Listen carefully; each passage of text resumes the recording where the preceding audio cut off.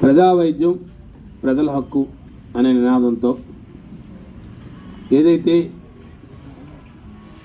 కూటమి ప్రభుత్వం తీసుకున్న గత ప్రభుత్వంలో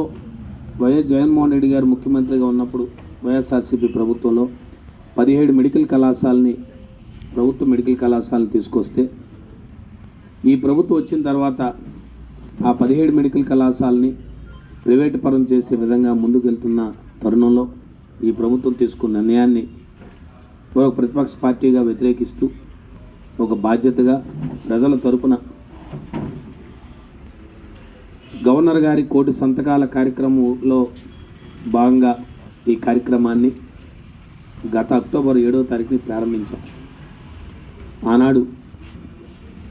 గౌరవనీయులు వైఎస్ఆర్ పార్టీ జాతీయ అధ్యక్షులు మాజీ ముఖ్యమంత్రి జగన్మోహన్ రెడ్డి నాయకత్వంలో ఈ కార్యక్రమం ప్రారంభమైంది.